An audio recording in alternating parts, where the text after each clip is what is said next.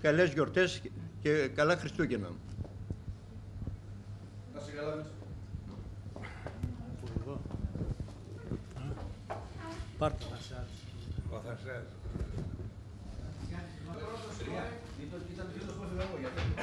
Ναι, αν και χασοκόλλησε.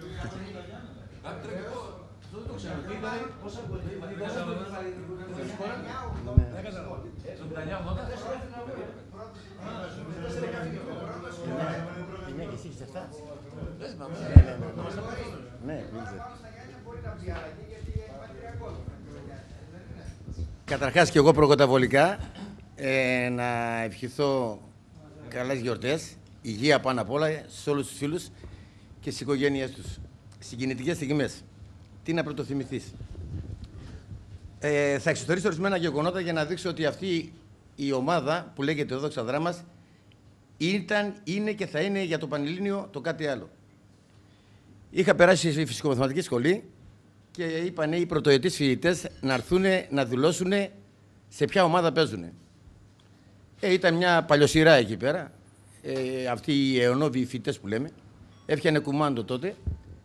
Και όπως πήγα να τον πω σε ποια ομάδα παίζω, με ένα αφιψηλού ύφος, με ρωτάει, συνάδελφε, πού παίζεις? Λέω στη Δόξα. Ειρωνικά κιόλας, δίθεν ότι θα γράψει Δόξα. Με λέει Ασύρου ή Αδένδρου. Το λέω τι Ασύρου, εντάξει, εγώ τώρα χωριατάκι να λέμε και την αλήθεια, τώρα από το χωριό μου πήγα, από τα κουδούνια πήγα εκεί πέρα, δεν ήξερα γεωγραφικά τη Θεσσαλονίκη καλά. Με λέει, το λέω ποια Δόξα, Δόξα Δράμας. Εκεί τη στιγμή αφήνει το στυλό, με καλωσορίζει και με λέει κάθισε. Δηλαδή, μέσα σε ένα λεπτό η στάση του απέναντί μου ήταν εντελώς διαφορετική. Και ένα άλλο γεγονός που αναφέρθηκε και λίγο ο φίλος μου ο Κόντος, ότι όταν πήγαμε να παίξουμε τα φιλικά με Ολυμπιακό Παναθηναϊκό, ο Γιώργος μπορεί να το θυμάται, πρέπει να φτιάναμε ζέσταμα εγώ, ο Γιώργος και ο Μετζανάκης, θυμάμαι καλά, και μάλιστα ο Μετζανάκης θυμάσαι τι μας είπε Γιώργο. Λέει, βλέπω σήμερα να κάνουμε, εντάξει, το πρώτο το κάναμε με τον Ολυμπιακό. Με το Παναθηναϊκό 2-2. Το πρώτο, εγώ νομίζω με τον Ολυμπιακό. Με το Παναθηναϊκό 2-2 και με το Ολυμπιακό 0-0. Το πρώτο ποιο ήτανε? Ας, όχι, μεταξύ των δύο αυτών, των δύο αντιπάλων. Ολυμπιακό. Ολυμπιακό, Γιώργο. Ολυμπιακό, θυμάμαι κι εγώ. Μπορεί να είναι και εγώ. Ολυμπιακό. Παίξαμε τον Ολυμπιακό. 0-0. Ναι, εντάξει, ναι, ναι. Έχεις πρίμα, δεν πας. Εν τω μεταξύ, Αφού ζάλισε και τον Πίκο και τον πέρασε, τον πέταξε.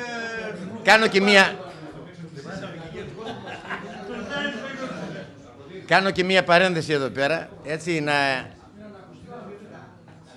να ευχαριστήσουμε καταρχάς την διοίκηση τότε και τον πρόεδρο μας πότε, τον σημερινό νομάρχη, έτσι, γιατί συνετέλεσαν στα μέγιστα. Αλλά δεν θα ξεχάσουμε, εγώ προσωπικά, δεν ξέρω και πιστεύω και οι συμπαίκτες μου, εκφράζω την άποψη και των συμπαίκτων μου, ότι για μένα το όνομα Χατζημιχαήλ στην δεκαετία του 70 ήταν πολύ βαρύ.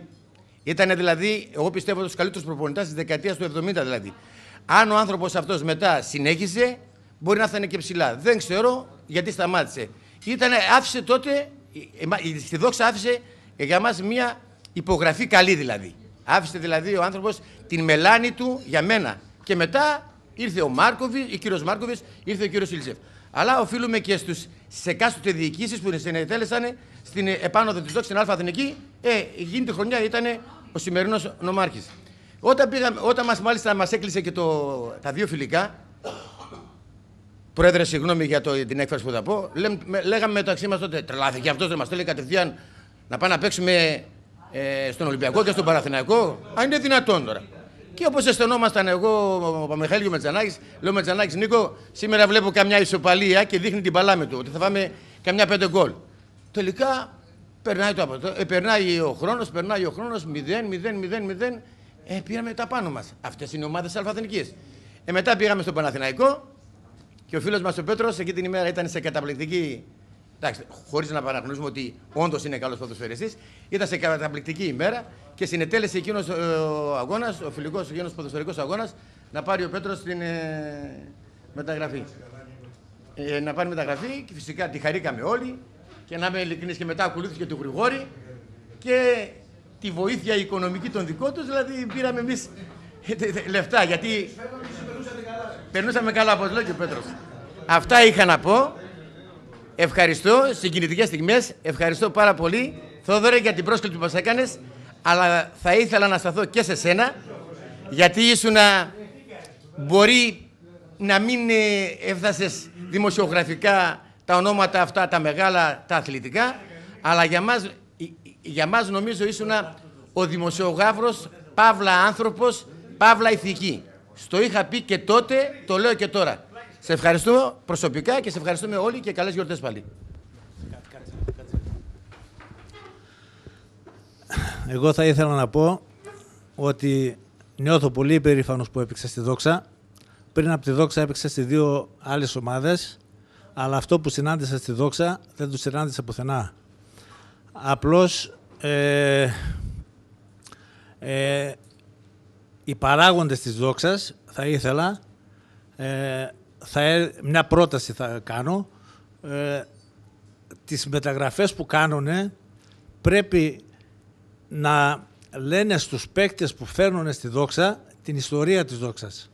Η ιστορία της Δόξας είναι πολύ μεγάλη. Εγώ πιστεύω ότι έπαιξα στη μεγαλύτερη ομάδα της Ελλάδος. Αυτό νιώθω. Τώρα όσο για τα παιχνίδια που παίξαμε, πήγαμε στην Αθήνα. Θυμάμαι το πρώτο παιχνίδι με το Ολυμπιακό, το φιλικό με το Ολυμπιακό. Είμαι δίπλα στο Θανάση, στον Καλιμάνη. Μου λέει σήμερα τώρα τι θέλανε και κλείσανε αυτό το παιχνίδι. Λοιπόν, ήρθε το 0-0, πήραμε τα πάνω μας και ξεκινάμε για το ξενοδοχείο. Τετάρτη παίξαμε, δεν θυμάμαι ποια μέρα. Τετάρτη μετά παίζαμε με Παναθηναϊκό. Ήταν ένας ηθοποιός που ήταν φίλος του Μπανάσα. Ο Σάβας. Και λέει, ο Τάσιου, άκριβο. Μου λέει Γκατζηλάκη, λέει, τι θα κάνουμε τώρα με τον Παναθηναϊκό. Πιτάγει τον Πανάσα και λέει, θα τους δώσουμε και αυτούς μια ισοπαλία, λέει, να μην πέσει το ηθικό τους. Δηλαδή είχαμε πάρει την αυτοπεποίθησή μας, αλλά παίζαμε και καλό ποδόσφαιρο. Και κάτι άλλο, ήταν κάποιος καινούργιος προπονητής, δεν μπορώ να θυμηθώ. 1 χρόνο ήταν στην Ελλάδα, πριν 1 χρόνο είχε έρθει δηλαδή τότε. Και μας είδε με το παιχνίδι με τον Απόλλωνα Αθηνών, το 2-2, στα 10 λεπτά που τους κάναμε 0-2 και μετά μας σοφαρίσανε. Λοιπόν, τα φιλικά, ξέρετε, τώρα είναι και οι αλλαγές, όλα γίνονται. Και είπε πρώτη φορά βλέπω στην Ελλάδα να παίζει ομάδα ποδόσφαιρο. Γιατί μέχρι τότε δεν είδε ο άνθρωπος τίποτα. Είδε τη Δόξα και είδε ότι είδε ποδόσφαιρο. Και κάτι άλλο, μια που έπιασε τώρα το μικρόφωνο, δεν ήθελα να μιλήσω. δεν είναι τυχαίο, γι' αυτό λέω ότι είμαι υπερήφανος που έπαιξα. Νιώθω πολύ υπερήφανος που έπαιξα στη Δόξα. Να τελειώσουμε. Δεν είναι τυχαίο ο προπονητής της εθνικής ομάδος όταν ρωτήθηκε τι πρέπει να γίνει για να κάνουμε εθνική ομάδα, που είπε να με επιτρέψουν να πάρω τη Δόξα για να γίνει εθνική ομάδα. Ένας χιλιανός προπονητής της Εθνικής Ελλάδος. Θόδωρε, ευχαριστώ πολύ που με κάλεσες. Σε θυμάμαι από το φαρμακείο ακόμα, δεν χρειάζεται να πω περισσότερα.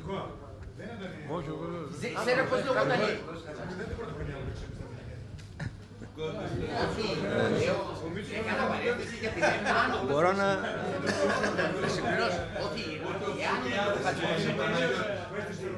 Κάνω μία παρένθεση για το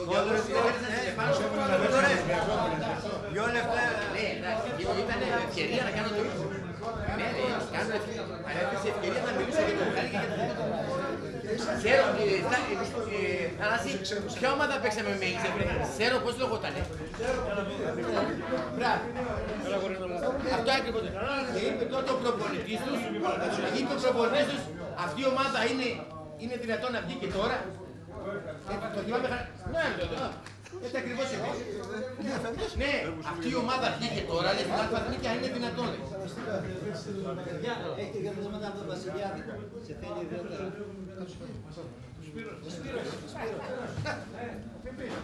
Γεια σου, φίλε μου. Να σου πληρώσω κάτι. Κάνει μια αναπαραγωγή. Και λέω άνοιξε τώρα και καρότο. Μόνο με καρόχα. Μόνο με καρόχα. Κάτσε το κορδεύω κιόλας.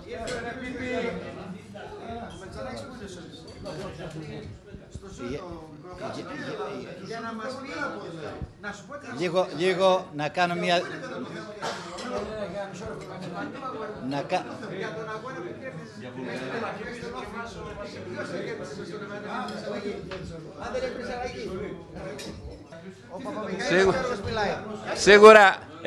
Σίγουρα χαίρομαι που βρισκόμαστε μετά από τόσα χρόνια όλοι μαζί πάλι. Όλοι αισθάνεστε ευτυχείς που παίξατε στη Δόξα, το ίδιο κι εγώ. Και θα ήθελα να πω ότι με το να δηλώσεις ότι έπαιξες στη Δόξα, αποκτούσες κατευθείαν μια αναγνωρισιμότητα.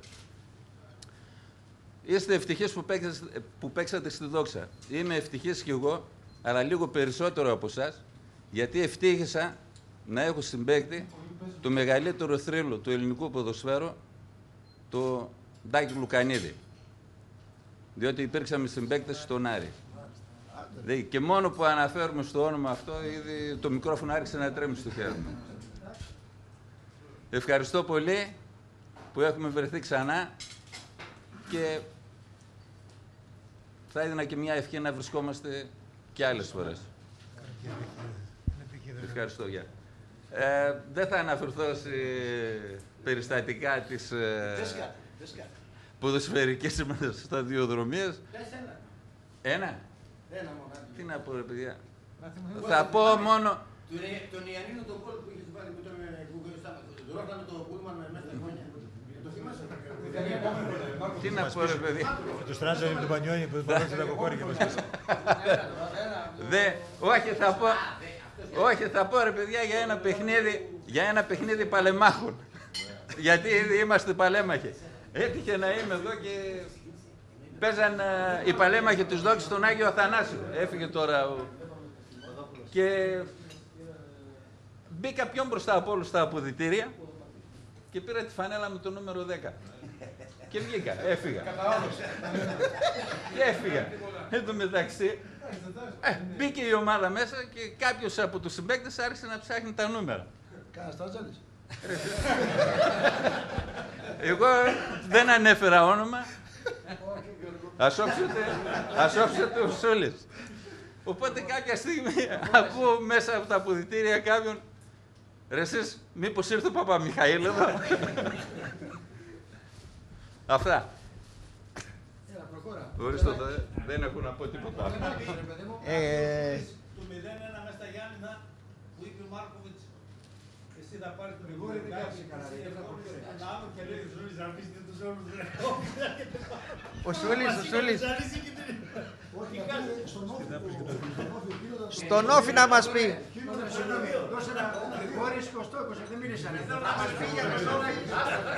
Να μας πει για τον Όφη, πώς κέρδισε τον Όφη. Καρύς, μπήκες αλλαγή. Ναι, όχι σε μένα, αλλά εντάξει, εσύ Αν το δεν όλοι. έκανες αλλαγή, Ναι, ναι. Λοιπόν, Είναι το μεγαλύτερο πρόβλημα. ναι.